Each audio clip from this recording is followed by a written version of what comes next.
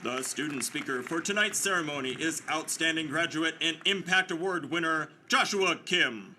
Joshua is graduating with a degree in electrical engineering. As a student, he conducted research in analog in-memory computing while also serving in various student organizations. After graduation, Joshua will complete his master's degree in electrical engineering online at ASU, while serving as an instructor in the U.S. Navy Nuclear Power School. Please welcome Joshua Kim to the podium.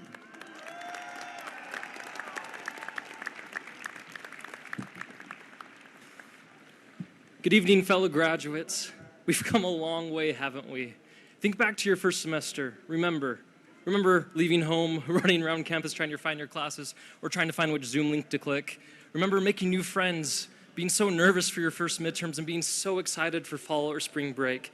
And I'm sure you remember the hours and hours and hours of homework we did.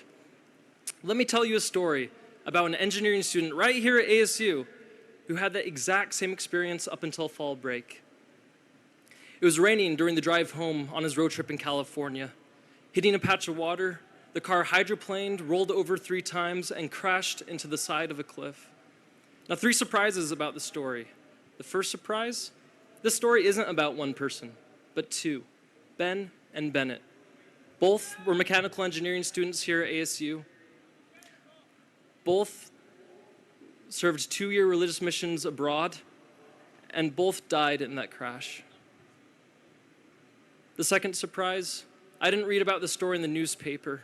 Ben and Bennett were my friends, my best friends here at ASU.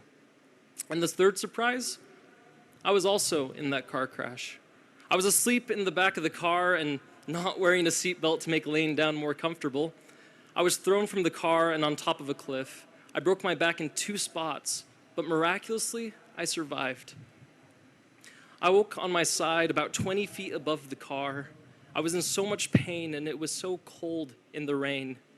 I slipped in and out of consciousness as they lowered me down the cliff, flew me by helicopter to a trauma center, and as they scanned my body to assess my injuries. I woke in my hospital bed in the middle of the night to a phone call. Only then did I find out that my friends had died. I'd cried earlier because of the pain, but now I cried for a different reason. The death of my closest friends brought to the forefront of my attention the brevity of life, and consequently, the importance of choosing to live life to its fullest extent. Now, 20 years is far too young for anyone to be taken from this life. However, I believe Ben and Bennett lived their lives in such a way that made those 20 years meaningful. They were both intelligent, hardworking, fun, and just such kind, good people. They touched hearts and lives everywhere they went, and they left this world for the better. And me? I was left to wonder why I had survived. Why didn't I die when I was the only one not wearing a seatbelt? I decided that the only way I could look at it is as a gift, a second chance at life when I should have died. And what do you do with a second chance at life? You don't waste it. You go and live and do everything that you can with it, and that's what I've tried to do. Now, hopefully, most of you haven't received the same gift I have. Thank you. Hopefully, you guys haven't received the same gift I have. In other words, luckily, most of you haven't almost died. But I hope you learned the lesson without having to live the experience. There is another gift, though, that each and every one of us has received. We've inherited medicines we didn't invent. We benefit from laws we didn't write. We use mathematics and science that we didn't discover. And we enjoy freedom that we didn't die for or even fight for.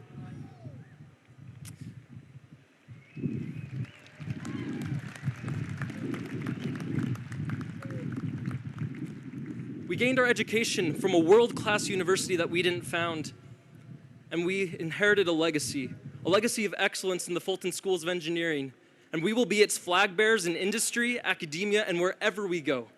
So the question we must ask ourselves is, what will be the heritage we leave our children, our family, our communities, and the world? I hope we don't get lost in the minutia of little, insignificant things, but we do that which is meaningful and impactful. So let's go out there and design more efficient machines and energy sources, more powerful computers and AI, more advanced materials and communications, and life-saving neurostimulants and biosensors.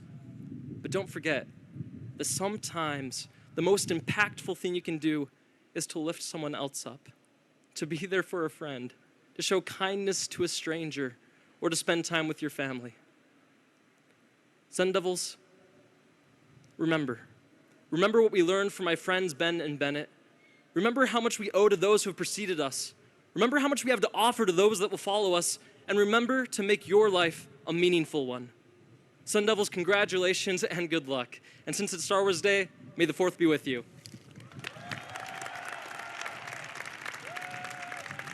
Brian Nichols earned his bachelor's degree in civil engineering and master's in real estate development from ASU.